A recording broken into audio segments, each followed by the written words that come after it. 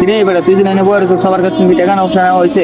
ভাই মোটামুটি সবার কাছে টাকা নিয়ে গেছে, কিন্তু এখন দুইজন বাকি আছে, আরাফি আর সুমন। খালি দুজনের কাছ থেকে টাকা পাওয়া বাকি আছে না? তাহলে বয়ার যা ওই দুজনের কাছ থেকে টাকাটা লয়ে গা। ঠিক আছে ভাই, সুমনের বাসা তো জাম করে, আমি সুমনের বাসার টানতেছি, আরাফির বাসায় পাশে আছে, আপনি আরাফির বাসার টানেন। এই বেটা তুই এটা কেমন করতে না আমার মতন মানুষ জানি আরাফের কাছ থেকে টাকা আনবো? কে ভাই আনলে কি আপনার কোনো সমস্যা? এটা তো মসজিদের টাকা, আনলে আপনারই সব হবে। এই বেটা সোয়াবের কথাটা তো বড় না, বুঝছ না? এলাকার ভিতরে একটা সভাপতি আমি, আমার মতো মানুষ যদি ওর মতন বাড়িতে টাকা নি কেমন দেখা যায় না?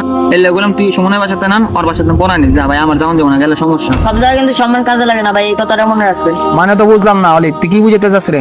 ভাই সাধারণ আপনার একটা সাগর দিয়ে বুঝাই, দেখেন ভাই এত বড় একটা সাগর, ভাই সাগরে কিন্তু কম শক্তি নাই, সাগরের ভিতর যে পড়ে সে কিন্তু নির্ঘাত মারা যায়। বিশ্বাস করেন, আপনি সাগরের সামনে যে দাঁড়ান দেখেন আর সাগর আপনার পা দিয়ে দেবে, তাহলে ভাই এটা থেকে কি বুঝা যায়? সব জায়গায় শক্তি আর সম্মান কাজে লাগে না।